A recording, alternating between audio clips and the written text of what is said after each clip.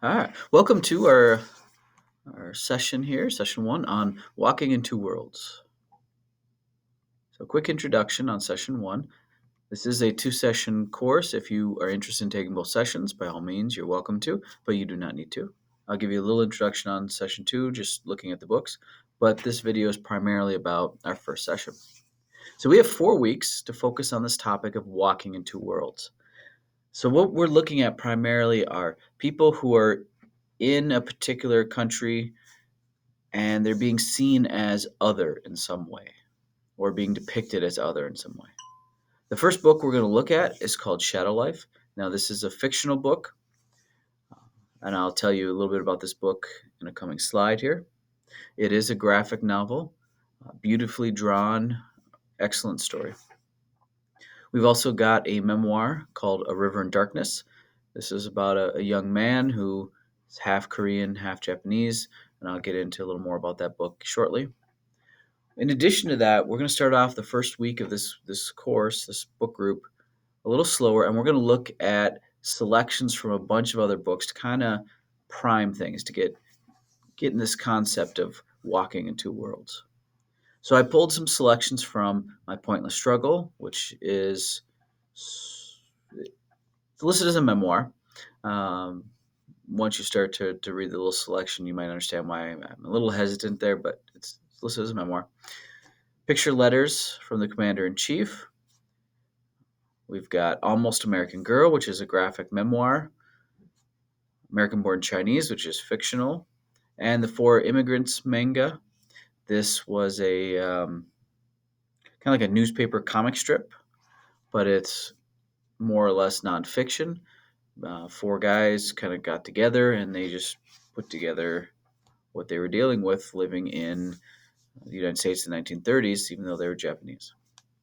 So, our first week, we're going to look at those before we start looking at the two books. So if you don't have the books yet, no worries. That first week will be a nice little cushion. We also have some optional resources for you to look at.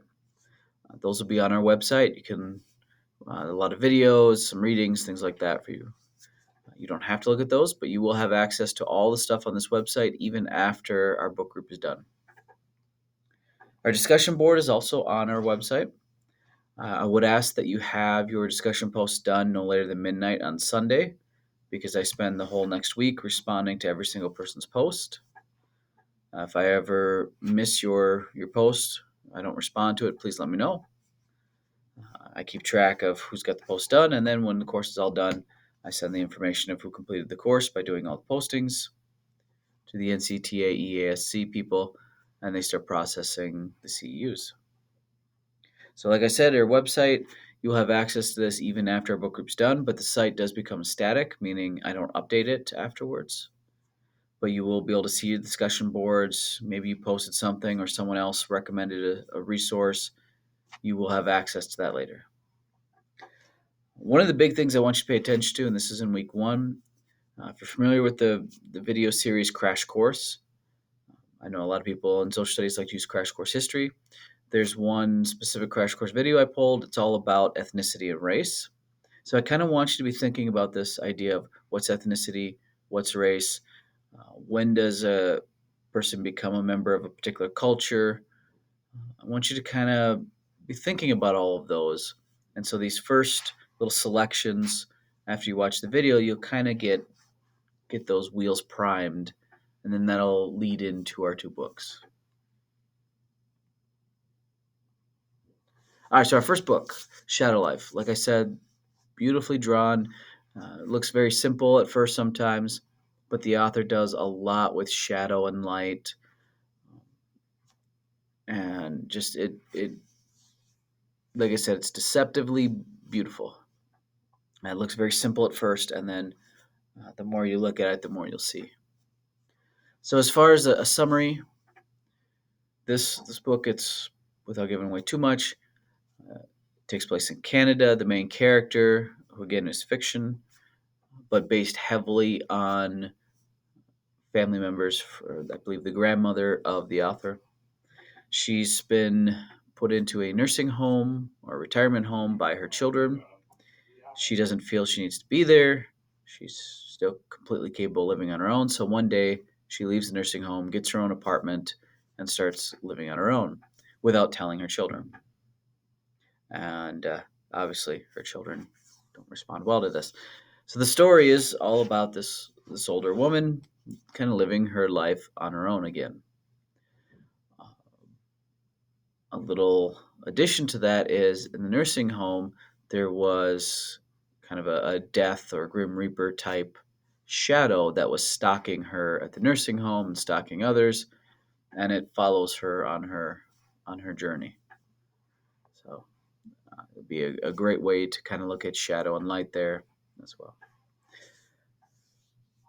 Some things to kind of look at. So, because this is nonfiction, you'll be looking at maybe a little bit more interpretation than you necessarily do with a memoir. But look at, we got assimilation, melting pot theory, we got acceptance, not acceptance.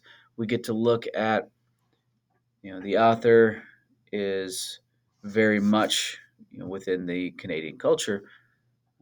So, what do we have as far as ethnicity and race here going on?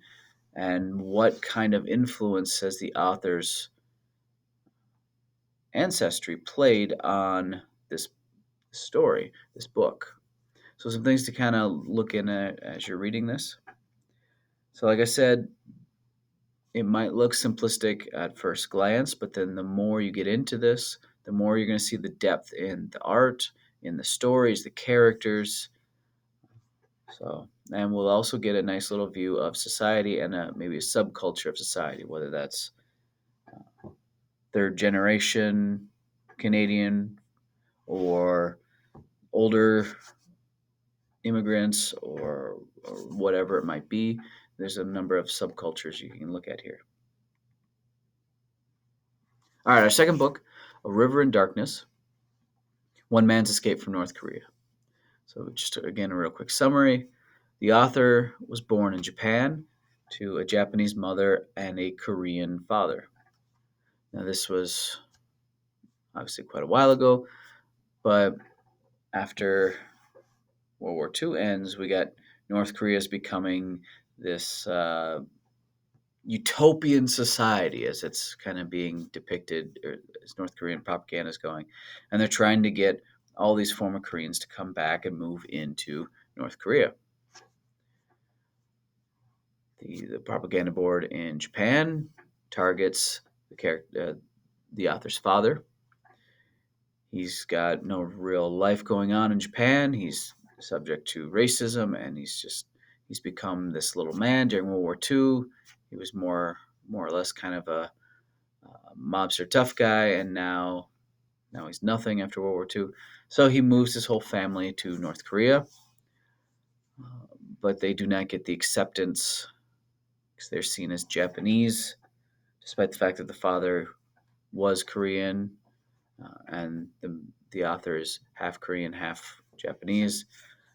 So we'll get a nice glimpse of what it's like at first to be seen as other in Japan in the 1940s and 50s, and then we'll get a glimpse of what it's like to be seen as other in North Korea, being seen as Japanese, and then how that changes over time in North Korea as North Korea starts seeing immigrants from Japan or people with Japanese family members still in Japan as a resource that can be mined.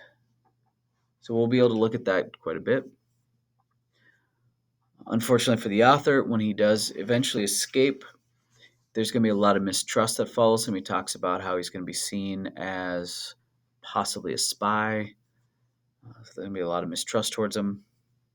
But one of the things that I really like about this book, because you can pull just about any North Korean memoir and look at it kind of in this idea of walking two worlds, because North Korea is, well, it is what it is, without getting too much here into, off topic. But this is a memoir about someone who intentionally chose, well, his father chose to move to North Korea. And then, despite that, they're not entirely Korean in ethnicity or even in culture. although the North Korean culture was still kind of forming at the time. So we're going to get a very, very good look at an outsider's view, not just of Korea, but also a little bit of Japan. And then when he leaves Korea, again, we get another outsider's view.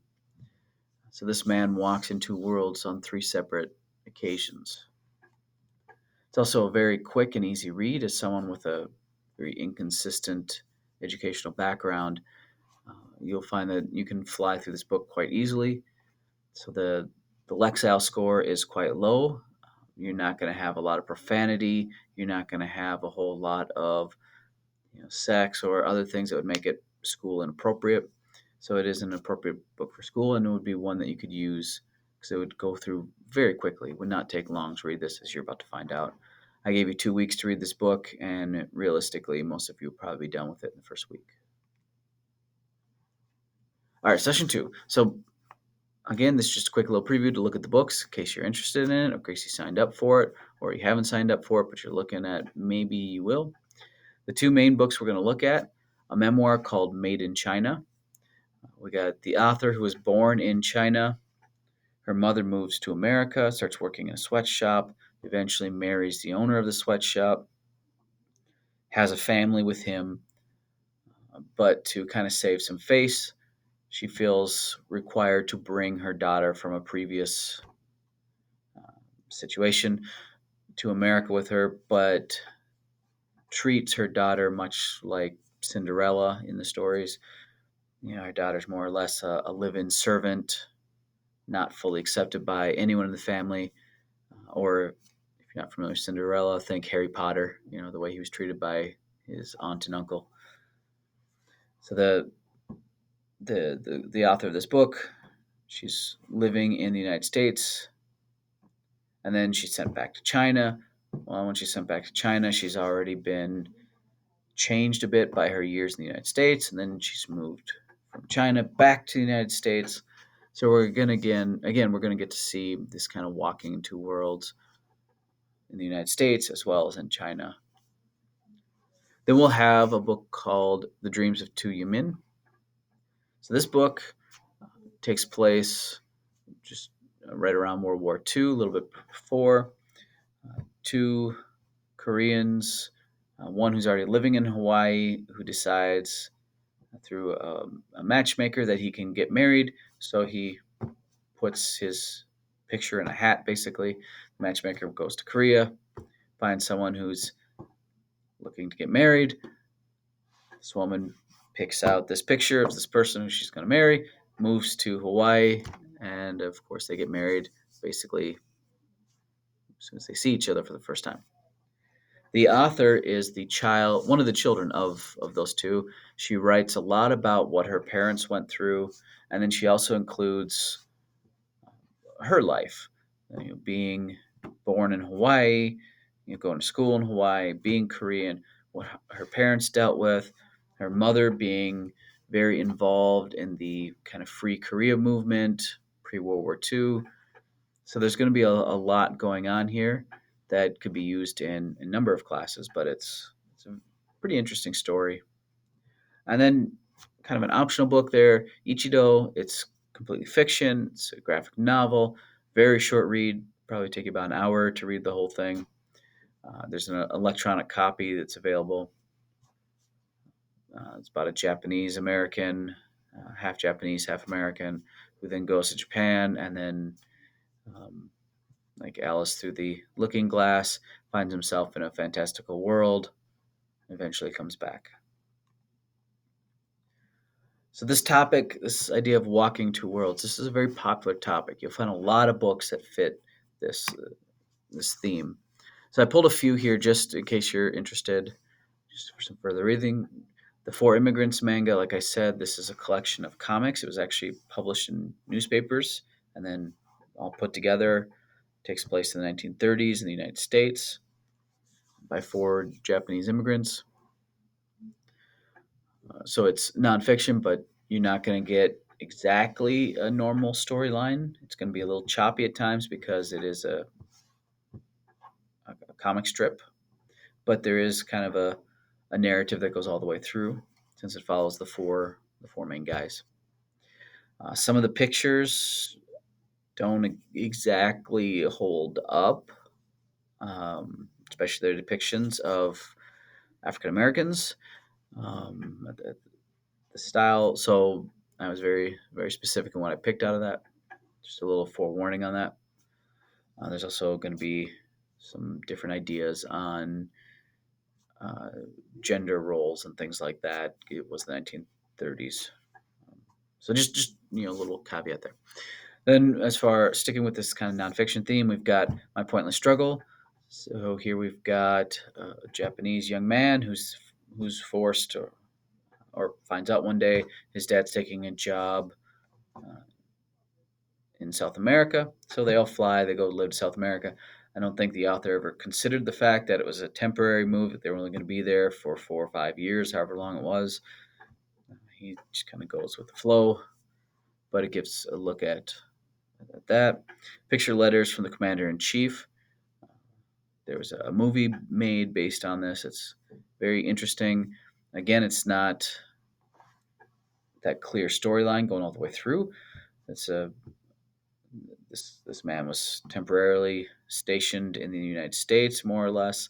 He's traveling all over the U.S. He's got a young son back in Japan, and his son is too young to be able to read. So he draws these little pictures of what's going on instead of sending letters. It is very touching at times. Then you've got Forever Alien, an awesome book. We've got a Korean who's born in Japan and then moves to Korea. She deals with a lot of racism in Japan, but then does she completely fit in Korea, given that she was born and raised in Japan? A Kim Jong Il production. It's kind of an interesting book. So we've got a movie maker and his wife, who's an actress in South Korea, famous, very popular. North Korea decides they want to get an updated, uh, their own version of Hollywood. They kind of want to update it. So they come up with the idea of, well, let's kidnap this famous director and let's kidnap his wife, who's also a famous actress, and we'll have them kind of modernize things a bit. So they're brought into North Korea. Eventually, they're able to escape and get back to South Korea. So they're looking at everything in North Korea through the lens of someone from South Korea, but not just that, but they're looking at it through the lens of someone who's kind of Hollywood like, very familiar with movies and international movies. And so they have a slightly different worldview than some other people. You've got George Takei's graphic memoir, They Called Us Enemy, focuses primarily on the racist issues we had with relocating Japanese Americans during World War II. Almost American Girl by Robin Ha. So here we've got a girl who her mom says, "Hey, we're going to go to the United States for vacation." They go from South Korea to the United States. Young girl finds out that her mom actually moved them there permanently, so the mom could marry a guy in the United States. So Robin Ha, as Robin becomes her Americanized name, grows up in the southern states, and then eventually goes at the end of the book. She goes back to Korea during like a break, college time break, and finds out she no longer fits in Korea either. So we'll get a view of what it's like to be Korean American in America and what it's like to be American Korean in Korea. So if you prefer fiction, you've got American Born Chinese, Pachinko, awesome book. Heart of the Samurai, middle school level book made for middle schoolers. And then we've got, if you want something more from like a white person's view of being in Asia, Tonohatu. The first book, probably don't go with the second or third books because they're not always school appropriate. There's a sex scene in the second one, which right there, nudity, which right there kind of makes it not okay for school. But the first book, pretty good. He's a English teacher in Japan in a very rural area. You've got just about anything by Guy Delisle is just usually awesome. They're usually like travel logs. So we got one for North Korea and we got one for China. He was living there working, so it was kind of a long term stay, but not long term as far as years. So those are some things you can look at. And of course, there are many, many, many more. But for the most part, these are all school appropriate. All right, if you have any questions, by all means, please feel free to reach out to me. I hope this gave you a little preview of our book group.